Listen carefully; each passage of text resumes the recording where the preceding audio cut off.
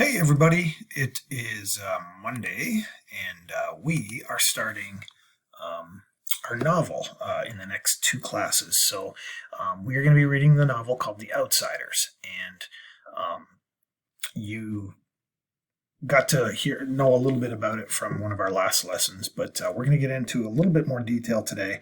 And one of the things that's going to make this a little more difficult for some of you is that we are going to be you're going to be expected to do quite a bit of this reading on your own. And I did include a copy of the novel. Actually, I need to put that on here. So the novel, every time that I give you an assignment that has to do with the novel, actually, you're not reading it on this one, so I'm not going to put it up there. Every time you need to read, there'll be a copy of the novel down here, somewhere in the bottom. And it's a PDF, so if you're looking at it on your phone, you can read it on your phone, or you can read it on the computer where the screen's a lot bigger. It's a lot easier to read that way. But what we want to talk about today is a couple of things. First of all, we want to talk about what are some strategies that good readers use. Okay, and I'm going to be demonstrating some good reading strategies, and we're going to be using the article that you guys did for lesson number 3, which was all about the brainy echidna, which was that weird looking mammal, that animal.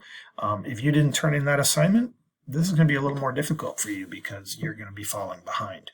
After we're done talking about that, and I do have everything kind of in a Google slide here, so everything that I'm talking about is going to be available for you to look at here. You can look through the slides if there's anything that you miss.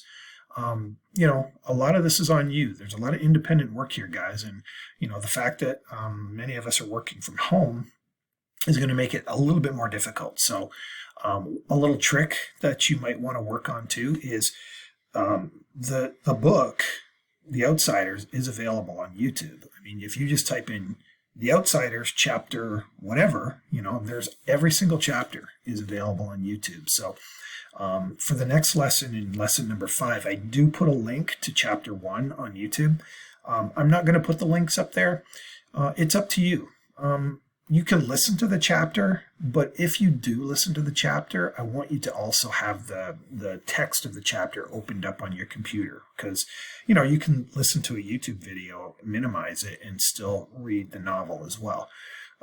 But that's just kind of something to help some people out that don't have their reading. Some of us have fallen out of practice from reading, so some of you guys need to build up your endurance as far as reading goes. And then we're going to talk about the genre of realistic fiction, and that's what the book The Outsiders falls under. Okay, so let me go ahead and open up the slides. And I have this for everybody, so you can go ahead and look at this after I'm done going through these. If you need to go back and review them, these are kind of like notes, because we are going to be doing some quizzes and tests and things like that, and it's going to be helpful for you to have to go back here. So lesson 4, strategies good readers use, and the genre is realistic fiction. Now, the book The Outsiders was written over 50 years ago. The copy that you see in front of you on the slide is the 50th anniversary edition, and it was written by S.E. Hinton, and she wrote this book when she was only, I think, 16 years old. So she was still in high school, and she published or wrote this book and got it published when she was still a high school student, which is pretty amazing. And then she wrote a couple of other books after that. So let's move on. So strategies good readers use. Now, these are 7 things that researchers have decided are good strategies to help you become a better reader. And there are people that automatically read better because they use these strategies without even really thinking about it. So we're going to kind of go through them detail by detail. And some of these, if they're not a strategy that you're familiar with or that you use now, is something that you might want to start using to help you become a more consistent reader, to help you become more, you have the higher endurance where you can read longer. It's really important because there is a correlation between people who read a lot and people who are successful in other subjects as well. I mean, if you become a great reader, it's going to help you in all your classes, right? It's going to help you in social studies. There's a lot of reading in social studies. It's going to help you in all your subjects. So these are the 7 strategies. There's asking questions, visualizing, and we're going to go through these in detail, determining importance, synthesizing, inferring, making connections, and then repairing connections. Okay, so those are the 7 things that we're going to go through in a little bit of detail. All right. So the first step. So asking questions. Most of you guys are really good at this already. When you go to read something, if you're reading an article, like the article that we read the other day in the last lesson, this one right here, about this weird looking animal called a brainy echidna. So to ask questions means while you're reading, you're going to stop and ask yourself things like, one of the main researcher in this article, his name was Muse Opiang, and he was a field research person, and he did the research on these weird looking mammals. So you might ask something like, why did Muse do that? Or at the beginning of the selection, why was Muse so interested in such an ugly animal? So there might not be answers to those questions, but the fact that you are asking those questions in your mind shows that you are an active reader. Okay, reading is something you do actively. It's like the difference between sitting and watching somebody do something and then doing something yourself. If you are doing the reading and just kind of like not letting it go through your brain, you're just kind of reading the words just to read the words and they're not sticking, you're not being an active reader. So asking questions helps you to become an active reader. And that's one of the easiest things you can do. Okay, so let's move on to the next thing. So visualizing. Visualizing is pretty straightforward. I mean, ever since you guys were little kids and teachers and parents and people that would read stories to you, you would create these pictures in your imagination, in your mind. That's what visualizing means. It just means to make pictures in your mind about what's going on in the story so you can understand the story better. And as I was reading part of the article that describes the behavior of the echidna, I might wonder something like, how he held the animal like that so close. That might be, me visualizing what that looks like. Or, if you just look at that picture of that animal, visualize yourself picking it up. What would it feel like? It's got those bristles on it and it's just a weird looking animal. So, you visualize things as you go. And, this is a informational text. So informational text is a little bit more difficult to visualize. If you're reading a story or a novel that has no pictures other than maybe the picture on the cover, then, it's whatever you create in your imagination. If you look at a story that has a picture on the cover and then you have somebody draw a picture of what they think someone in the novel or in the story looks like, and you have 10 different people draw a picture of what you think the person looks like, you're going to have 10 different pictures because everybody visualizes things different. Okay, but it's important to create that picture in your mind, and it shows that you're an active reader as well. All right, so that's the second thing that you can do. So the third thing is determining importance. So one of the things that I notice a lot of students do is they get hung up and caught up on details that really are not important to understanding what you're reading. Okay, so determining importance is asking what is most important in a story as opposed to the details. So I might ask myself, what are the 3 most important events in the story? And I might reply, well, the reader could learn a lot from the echidna about survival. So the echidna is a master survivalist. So, you could learn a lot about survival just based on reading that. One could learn a great deal from Muse about passion. So the guy that studied these animals was very passionate about it. And he was one of the only people in the world that had researched these animals. So he must have really loved what he was doing. The other thing that I might determine is that the reader could learn from Muse how to follow a problem to its solution. Never give up. So that could be something that you determine as the reader is an important thing to think about as you're reading. You don't want to get hung up on little tiny details that don't move a story forward or they don't move your understanding forward. So that's something else. That's the third thing out of the 7. So synthesizing, this one it's not hard to understand if somebody explains it to you. So basically, and if you look, I put blue and purple words up there. So synthesizing means you're going to take the new ideas that you just learned about, and then you're going to take the ideas that you already know, and you're going to put them together to make something different.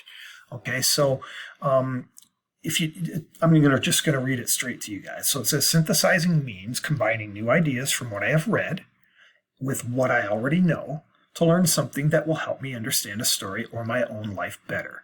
So I might say to myself after reading and thinking about the story and other people I know that the echidna and Muse might both feel very isolated. So this animal lives by itself, and Muse, who was studying these animals, he had to isolate himself in order to be able to study these animals. So, you take what you already know, and you take the new information, and it develops into, even more information. So that's what synthesizing is. It just means to create new information. All right. Inferring. This one's pretty straightforward. This is what you would do if you were a detective. It means to read between the lines or fill in the ideas and the meaning that the author leaves out. Okay, so for example, I'll use an example that's not from this story. So if you have a story and the author is talking about how a person gets angry, but he doesn't say the word angry, but the actions of the character, like, a child comes home from school and he's looking for a snack that he likes and there's nothing there and he gets angry. He slams the cupboard door shut, but he doesn't say that he's angry. Well, you can infer that because the snack that he wants isn't there, that he's angry. So you're figuring that out on your own. So it just kind of means to read between the lines and kind of understand what's happening just from the actions that are going on there. So it's using what you know to figure out what the author does not come right out and tell you. Now, how much more boring would reading be if in a story they tell you every single thing that happens? Now, little kids that are just learning to read or are having parents read stories to them, those stories are boring to us as adults because the author tells you every single thing. Well, as a reader, as you get older, we don't want authors to tell us everything. We want to be able to do some active reading on our own and kind of develop these ideas as we go. So I might say to myself, from what I'm reading, I think difficult situations can sometimes be overcome with passion and determination. So that is something that I figured out by reading this article about the brainy echidna. So the author didn't tell me that. It was up to me to figure that out on my own. All right, so that's inferring. Making connections. This is really, really important. So making connections means you're putting things together from what you know, from other stories that you've read, or what I've experienced to know about the world to help me understand what I read better. So I said to myself when I was reading this article, after reading the article, I think that by opening myself up to new things, I could become a better, more well-rounded person. So that's an idea, a connection that I made to my own life. If you think back to the article, one of the activities that I asked you to do was, so what? That's one of the questions that you should ask yourself. So if you say, so what? Why is this article important? Why should I read this article? Everybody gets different information from what they read. So the so what part is going to be different from me than it is for you. And you could look at the so what part to be like, why would I want to tell anybody about this article? Like, is there anything in this article that I would want to tell people? And chances are there's going to be some interesting piece of information that you didn't know that, you might want to share with somebody. So that's what the making connections part is. You're going to be thinking about how it impacts you personally. All right. And then the last thing, repairing comprehension. Now, this one is so important, guys. Whenever students read in front of me, sometimes I'll make them stop and go back and reread something. If you get stuck on a word, there's different things that you can do to repair your comprehension. So repairing comprehension means to use strategies to make sense when comprehension is interrupted. You might say something like the following: as good expert readers read. Notice how I had to go back and fix that. They monitor their comprehension. They repair their comprehension when it breaks down. Being aware of this monitoring, repairing, and knowing and using strategies helps readers to understand better and remember what they read. So how many of you guys have ever read like an entire page in a book and you got to the bottom of the page and you thought, I don't remember a word I just read, because you were daydreaming or you zoned out or whatever? The fact that you get to the bottom of the page and you go, man, I don't even remember that. It's what you do next that makes you a better reader. Do you just go on to the next page and then mindlessly read that and not comprehend it? No, if you want to really understand what's there, you go back to the beginning of that page and you reread it.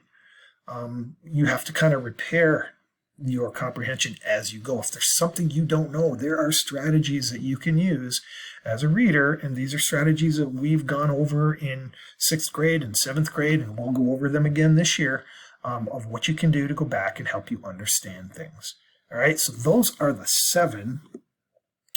This is a continuation of repairing comprehension. So those are the 7 things, but other things, like here's what expert readers use. Some are all of these following strategies. So slow down.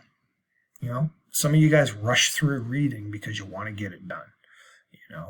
You want to get the assignment done, you want to get through the article, or you see this huge page of stuff and you just want to scan through it just to say that you went through it. But that doesn't mean you understand it. That doesn't mean you're going to do better on a test. That doesn't mean you're becoming a better reader. So slow down. Second one, stop and think. Stop when you're reading. Stop and go back and reread something. All right, and that's the third one, is to reread.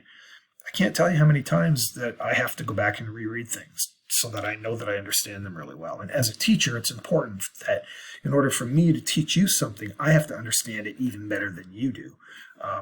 So I go back and continuously reread things. If there's something you get to and you don't understand, another strategy here, continue reading. Just continue from, I didn't mean to do that. Continue reading, and then sometimes it'll make more sense as you go. Or retell what you read to somebody, or summarize what you said. Reflect it in writing. That's one of the reasons why I will have you guys take out a piece of paper and write something down. And then we already talked about visualizing. So when you visualize something, like you might have to stop, think about what you read. Sometimes it's good to create a picture in your mind. Other times, you can ask questions of the author. What are some questions you might have? Like, why did you write that? Or why did you think that way?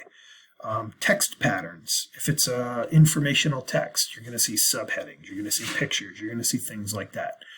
So use the patterns of things that you already know. And then the last thing, consult another student or the teacher. I always used to say when I taught younger grades, you ask 3 before me.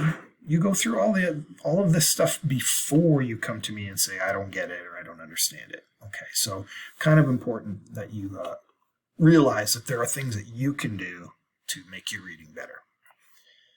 All right, what do we got next?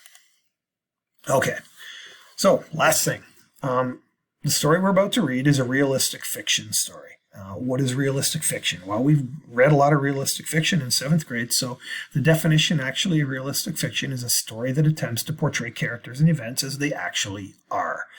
Realistic fiction includes stories that could happen in the real world in a time and setting that is possible, with characters that are true to life. So it's not a fantasy story. It's about things that could possibly happen, but they didn't. Okay, they're realistic. There's no fantasy. There's no flying cars. There's nothing like that in these stories.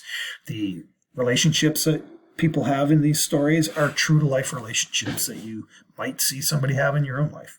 Okay, the purpose of realistic fiction, well, to entertain is the first thing, or to involve the reader in the lives of people who seem real and are in real life situations. So that's the main purpose.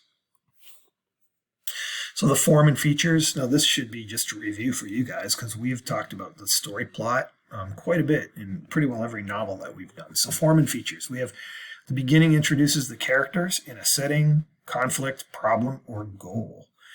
The middle of the realistic fiction develops the plot, including the story's events, the characters' reactions to these events, and the roadblocks the characters encounter. So there's always going to be problems along the way. And you guys remember me drawing this picture of a plot diagram.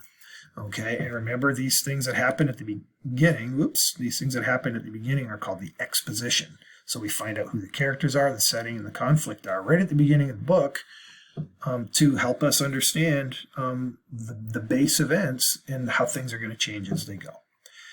Realistic fiction always ends with a resolution to the conflict or problem, or there's a conclusion. Okay, so those are the form and features. Now the plot, the main character's problem, makes up the plot and is the source of conflict. So we have lots of different types of conflict. Remember, we have the 4 main types that we've talked about for pretty well every book that we've ever done. If you were with me in 6th grade, we talked about it with Jason's Gold, and we talked about it with the books we went over in 7th grade as well. So conflict is the tension that exists between the forces in the character's life and is important in realistic fiction and comes in 4 different forms. We have person against themselves. If you remember back to Jason's Gold, Jason was always kind of against himself. He knew he could be a better person. When he had problems, he always tried to do the right thing. So there's always that dynamic in your own mind of what you should do. Then we have person against person. That's usually when there's a conflict between one character and another. So you've got a protagonist and an antagonist. Person against nature. If you think about Decay, or if you think about Jason's Gold, any of those other books, nature is something that people are constantly fighting against in a lot of these stories to survive. And then person against society. You're going to see that a lot in The Outsiders. So we've got gangs in the book The Outsiders, and there are rules in society. And if you go against those rules in society, then conflict happens. So that's what person against society mainly means. So the characters in realistic fiction are fictional, but they behave in realistic ways. The stories take place in the present time in a recognizable place. Places, events, and characters are often vividly described. You're going to be able to, get a good visualization of these characters just based on the author's descriptions. The characters' words or dialogue show their personalities. You're going to learn a lot about these characters just by what they say. Okay, so that is realistic fiction. That is everything in my slide deck right here. So if you go back to this section right here,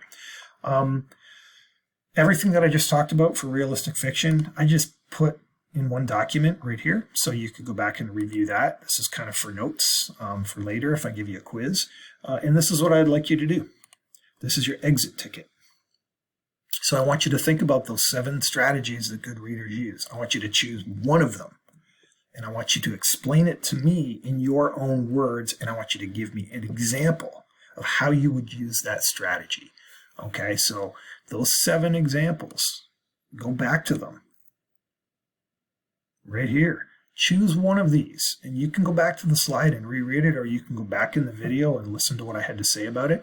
Choose one of these and tell me about it in your own words and how you would use it. Okay, and I'm looking for about a paragraph. All right, so 5 to 7 sentences is what I'm looking for. All right, and that'll take care of everything that you need to do today. Okay, it's just basically reading, taking notes, and you don't really need to take the notes because I kind of did them for you. All right, so good luck, and make sure you get that exit ticket turned in on time. Report cards are going home in less than 2 weeks. Good luck.